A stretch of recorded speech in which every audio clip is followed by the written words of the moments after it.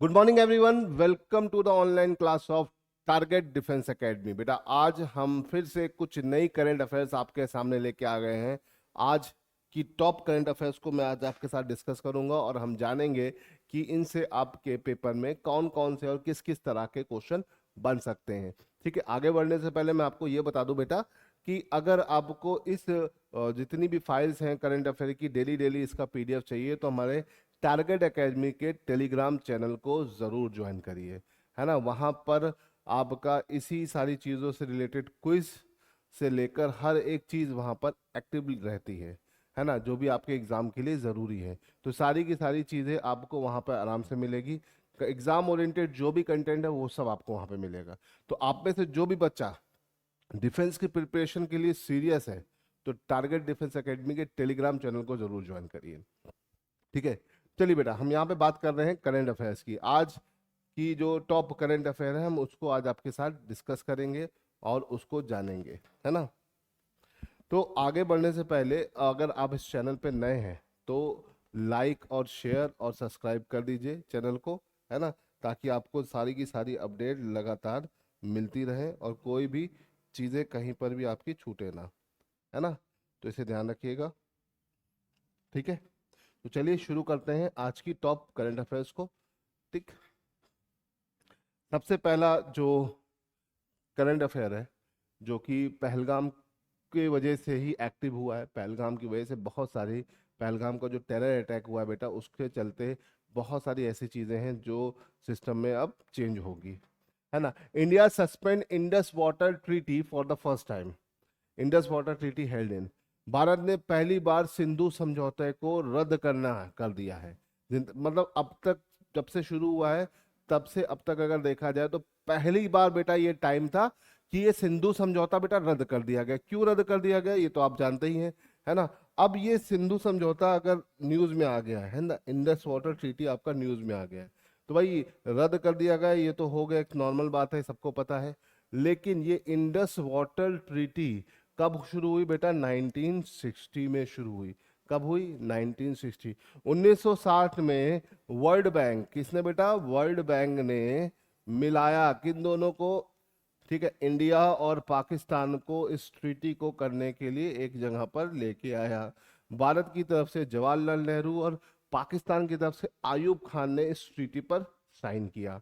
और अगर हम बात करते हैं इंडस वाटर ट्रीटी, तो इंडस और उसकी ट्रिब्यूटरीज के बीच की ये ट्रीटी थी।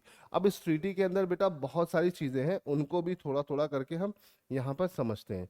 देखो, अगर हम बात करते हैं इंडस ट्रीटी की तो बेटा इंडस एक बड़ी सी रिवर है ना, और इंडस की बहुत सारी ट्रिब्यूटरी है ना। इंडस मतलब हिंदी में इसे बोलते हैं सिंधु नदी, और नीचे है आपकी सतलज, है ना।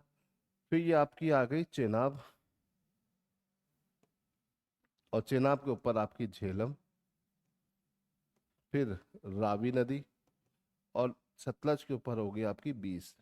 तो बेटा आपकी इंडस और उसकी 5 ट्रिब्यूटरीज हैं, है ना। अब इन ट्रिब्यूटरीज से आपके पेपर में क्वेश्चन बनता है, इसे ध्यान रखिएगा। इंडस वाटर ट्रीटी क्यों हुई? भाई इंडिया और पाकिस्तान के बीच में हुई, और इस ट्रीटी के तहत शुरू की तो ऊपर की 3 नदियों पर पाकिस्तान कंट्रोल करेगा, नीचे की 3 नदियों पर इंडिया कंट्रोल करेगा, और इंडस रिवर का 20% पानी भारत यूज करेगा। तो ये ट्रीटी हुई थी, है ना। तो इंडस और उसकी ट्रिब्यूटरीज अब न्यूज में आ गई हैं, इनको याद रखिएगा, ठीक है। और बहुत सारे इससे क्वेश्चन बनते हैं, आप जब ड्रेनेज पैटर्न को पढ़ेंगे तो वहां पर इन सारी चीजों को जानोगे। तो इंडस ट्रीटी बेटा किन 2 देशों के बीच में थी? भारत और पाकिस्तान, 1960 में हुई। इसको याद रखिएगा, इंडस और इसकी ट्रिब्यूटरीज के बीच में। इंडस का ओरिजिन बेटा कहाँ से होता है? मानसरोवर लेक के पास। इंडस और सतलज 2 ऐसी नदियां हैं जो मानसरोवर लेक, इंडिया से नहीं, मानसरोवर तिब्बत के पास से जनरेट होती हैं। इसमें सतलज की खास बात क्या है? Sutlej is a tributary of Indus, और ये हिमालय की तीनों रेंजेस को कट करते हुए आती है ना। हिमालय की तीनों रेंजेस को कट करके भारत में आने वाली एकमात्र नदी कौन सी है? सतलज। इसे याद रखिएगा। इस तरह के क्वेश्चंस कभी कदार पेपर में बन जाते हैं और आप इसमें कंफ्यूज हो जाते हो। चलो आगे बढ़ते हैं।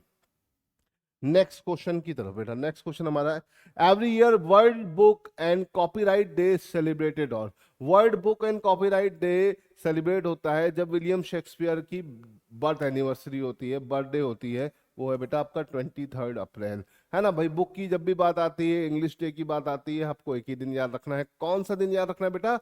23 अप्रैल याद रखिएगा। ठीक है, 24 अप्रैल को तो हम पंचायती राज दिवस, और 25 अप्रैल को तो हम मलेरिया डे मनाते हैं। इसे याद रखिएगा, भूलिएगा नहीं। चलो आगे बढ़ते हैं। हाँ भाई, ये बहुत अच्छी और इंपॉर्टेंट न्यूज है। वो is the author of the book disappearance, है ना, the book disappearance. The book disappearance के ऑथर कौन है? ठीक है, ये बुक काफी ज्यादा चर्चा में है क्योंकि मैन बुकर प्राइज में इसका नाम आ रहा है, और इंटरनेशनल बुकर प्राइज में इसको, मैन बुकर प्राइज में इसको अवार्ड मिल सकता है ना। Basically International Man Booker Prize जो होता है उन बुक्स के लिए होता है जो इनिशियली इंग्लिश में नहीं होती लेकिन इंग्लिश में ट्रांसलेट की जाती है। तो ये भी इसका नाम बेटा उसमें आ रहा है ना। ये बुक काफी न्यूज में है, काफी चर्चा में है तो ये पुरानी बुक, लेकिन अभी ये काफी ज्यादा न्यूज में आ गई है फिलिस्तीन और इजराइल की वजह से, है ना। ठीक, इसके जो राइटर हैं वो कौन है? इसके राइटर है इब्तिसाम आजम, है ना, याद रखिएगा। तो ये याद रखिएगा, ये बहुत ही न्यू इंपॉर्टेंट बुक है, अभी रनिंग कैटेगरी में चल रही। हो सकता है अगर ये अवार्ड जीत जाएगी तो फिर आपके पेपर में आ सकती है, तो इसे ध्यान रखिएगा बेटा, भूलिएगा नहीं, है ना। चलो आगे बढ़ते हैं। हाँ भाई, Chernobyl, Chernobyl nuclear power plant in Ukraine experience a catastrophic accident in which year. Chernobyl जो था वो आज ही के दिन ब्लास्ट हुआ था। वहां का जो घटना हुई थी यूक्रेन में, चर्नोबिल का जो न्यूक्लियर पावर प्लांट था वो क्या कर गया था, वो ब्लास्ट कर गया था, जिसकी वजह से रेडिएशन फैल गई थी, और चर्नोबिल में बहुत ज्यादा नुकसान हुआ था, लोगों को जान माल का, है ना। तो चेरनोबिल की जो दुर्घटना थी वो कब हुई थी? 26 अप्रैल को तो हुई थी, लेकिन 26 अप्रैल ईयर कौन सा था? 1984, 85, 86। तो बेटा ईयर था आपका 86, इसे याद रखिएगा। चेरनोबिल अक्सर पूछी जा सकती है, न्यूज में रहती है ना। इसके ऊपर काफी सारी वेब सीरीज और काफी सारी डॉक्यूमेंट्रीज बनी हुई है, जिसको आप देखना चाहें तो देख सकते हैं। हाँ भाई, आजकल डब्ल्यूटीओ बड़ी न्यूज में, डब्ल्यूटीओ न्यूज में कि डब्ल्यूटीओ क्या वो उस लेवल पे है जिस पे वो शुरू हुआ था, या उससे नीचे आ गया है। तो देखो डब्ल्यूटीओ की बेटा अगर हम बात करें तो ये इंटर गवर्नमेंटल ऑर्गेनाइजेशन है। कैसी ऑर्गेनाइजेशन है? इंटर गवर्नमेंटल, ठीक है, इंटर गवर्नमेंटल ऑर्गेनाइजेशन, याद रखिएगा, है ना। और अगर हम बात करें तो इसका एग्जिस्टेंस है 1995 में, है ना। GATT को इसने रिप्लेस कर दिया था, याद रखिएगा। ठीक, general agreement on tariff and trade, है ना, जनरल एग्रीमेंट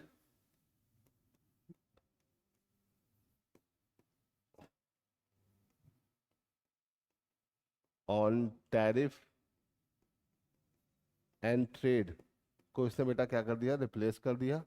और रिप्लेस करके, ठीक है, ये कब आया था? ये 1948 में आया था बेटा। कब आया था बेटा? 1948 में आया था। और इसने उसको रिप्लेस करके डब्ल्यूटीओ का फॉर्मेशन हुआ। डब्ल्यूटीओ का मुख्य कारण, मुख्य बेसिक मोटिव क्या है? दुनिया भर के ट्रेड्स को प्रॉपर तरीके से देशों के बीच में ट्रेड्स को स्मूथली ऑर्गेनाइज कराना, है ना।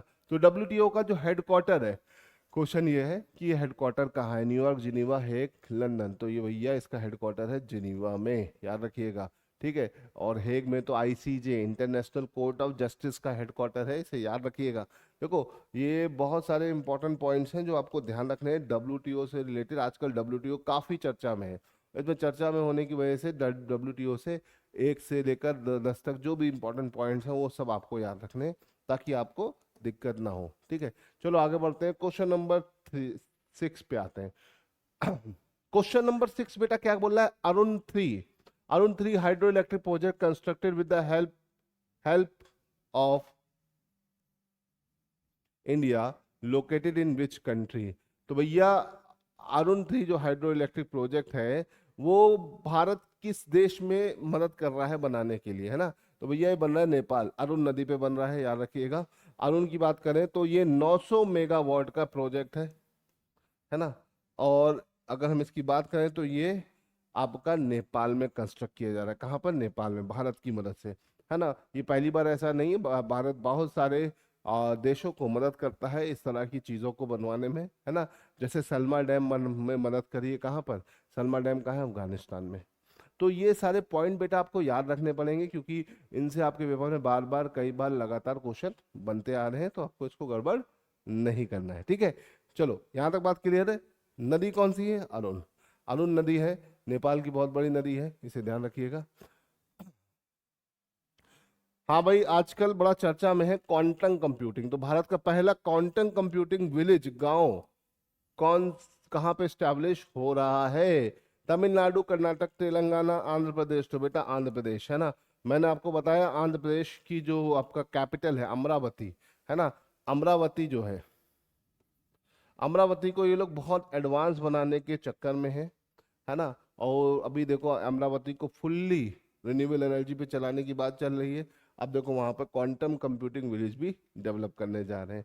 तो इस तरह से देखा जाए तो ये काफी चर्चा में रहने वाला विषय है, इसे ध्यान रखिएगा, ठीक है। चलो यहाँ से आगे बढ़ते हैं। हाँ, मिलिट्री एक्सरसाइज, एक मिलिट्री एक्सरसाइज है Talisman Sabre, is going to be host by which country. देखो तलिस्मान सबर जो है, भारत इसमें पार्टिसिपेट नहीं करता है। इसका जो बहुत बड़ी मिलिट्री एक्सरसाइज है बेसिकली, ये ऑस्ट्रेलिया और यूएस और कई सारे अन्य देशों के बीच में होती है। मेजरली ऑस्ट्रेलिया और यूएस ही इसमें पार्टिसिपेट करता है ना। और अगर हम तालिस्मान सबर की बात करते हैं तो ये 2 साल में एक बार होती है ना। बाई एनियल है, याद रखिएगा, बाई एनियल है ना, बाई एनियल है। और ये इस बार कहाँ पर हुई बेटा? ये हुई इस बार ऑस्ट्रेलिया में, है ना। अब ये बताइए इसका कौन सा एडिशन था? कमेंट में मुझे बेटा बताओ इसका ये कौन सा एडिशन था, है ना। कौन से नंबर का ये एडिशन था, ये आपको कमेंट में बताना है। जल्दी से बताइए, देखते हैं कितने लोग बताते हैं। हाँ, protection of child from sexual offence act, है ना, पॉक्सो, है ना, याद रखिएगा, पॉक्सो एक्ट। पॉक्सो एक्ट जो है वो बच्चों को दुष्कर्म और सेक्सुअली अब्यूज से बचाने के लिए है ना। बच्चे जो अंडर 18 होते हैं उनको प्रोटेक्ट करना, उनके राइट्स को प्रोटेक्ट करना, है ना, क्योंकि उनको कुछ पता नहीं होता है क्या उनका सही है क्या गलत है। बाद में जब तक पता चलता है तो देर हो चुकी होती। तो उसके लिए एक बहुत ही इम्पोर्टेंट एक्ट बना और जिसने हाल में ही लगभग अपना 1 दशक पूरा कर लिया था, है ना। तो वो कब शुरू हुआ? 2012 में। पॉक्सो मतलब पॉक्सो पॉक्सो पॉक्सो के एक्ट की अगर हम बात करते हैं तो पॉक्सो एक्ट कब आया था? ये एक्ट आया था 2012 में, है ना। और जिसके तहत काफी सारे लोग अब इस तरह की एक्टिविटीज करने से घबराते हैं, ठीक है। तो ये बहुत इंपॉर्टेंट और बहुत ही स्ट्रिक्ट एक्ट है, इसे याद रखिएगा।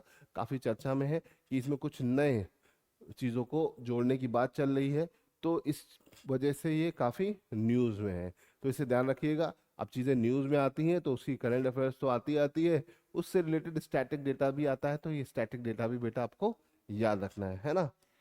चलो यहाँ से आगे बढ़ते हैं। अच्छा क्वेश्चन है, थोड़ा सा पुराना है लेकिन नए तरीके से बना हुआ है, तो आप इसे ध्यान कर सकते हो, पढ़ सकते हो। In which year did Indian industrialist Ratan Tata who expire in the year 2024 receive Padma Vibhushan? तो भैया रतन टाटा भारत के एक बहुत ही बड़े इंडस्ट्रियलिस्ट बिजनेसमैन थे, जो भारत के लिए एक बहुत अमूल रत्न थे। क्यों? क्योंकि भारत की इकोनॉमी को बूस्ट करना और इकोनॉमी को आगे लेके जाना इनका मेन मोटिव रहा है, और इन्होंने इंडिया इकोनॉमी को बहुत आगे तक लेके गया। तो रतन टाटा जी का निधन हो गया लास्ट ईयर। बहुत दुखद समाचार था, काफी लंबे टाइम से उनकी तबीयत खराब थी। अब रतन टाटा जी की अगर हम बात करें तो ये अपने आप में बहुत बड़े व्यक्ति थे, है ना, रतन टाटा। रतन टाटा जो थे ये टाटा ग्रुप ऑफ इंडस्ट्रीज के चेयरमैन रहे हैं, ठीक है। टाटा ग्रुप और टाटा सन दोनों के चेयरमैन रहे 1991 से 2012 के बीच में, है ना। इनकी इनका सक्सेसर साइरस मिस्त्री थे, लेकिन उनका भी डेथ हो गई। लेकिन अगर हम बात करते हैं किसके बारे में, टाटा ग्रुप, तो टाटा ग्रुप की शुरुआत हुई और ये अपने जो मेन जमशेद भाई टाटा थे उन्होंने इसको शुरू किया। और उनकी लेगेसी को इन्होंने काफ़ी आगे तक लेके गए। टाटा ग्रुप और टाटा सन को बहुत लंबे टाइम तक इन्होंने चेयरमैनशिप करी। 2012 में इन्होंने वहाँ पर अपनी चेयरमैनशिप छोड़ दी और अपने सक्सेसर्स बनाए, है ना। और टाटा ग्रुप आज भी चल रहा है और आगे भी चलता रहेगा, है ना। इनके जाने के बाद जो इनके भाई हैं, छोटे भाई हैं, वो अब इस इंडस्ट्रीज को लीड करेंगे, है ना। तो अगर हम यहाँ पे बात करते हैं कि इनको, रतन टाटा को ये अवार्ड कब मिला, 2008 में। देखो अगर हम यहाँ बात करें तो पद्मा अवार्ड तीन तरह के, पद्म श्री, पद्म भूषण और पद्म विभूषण।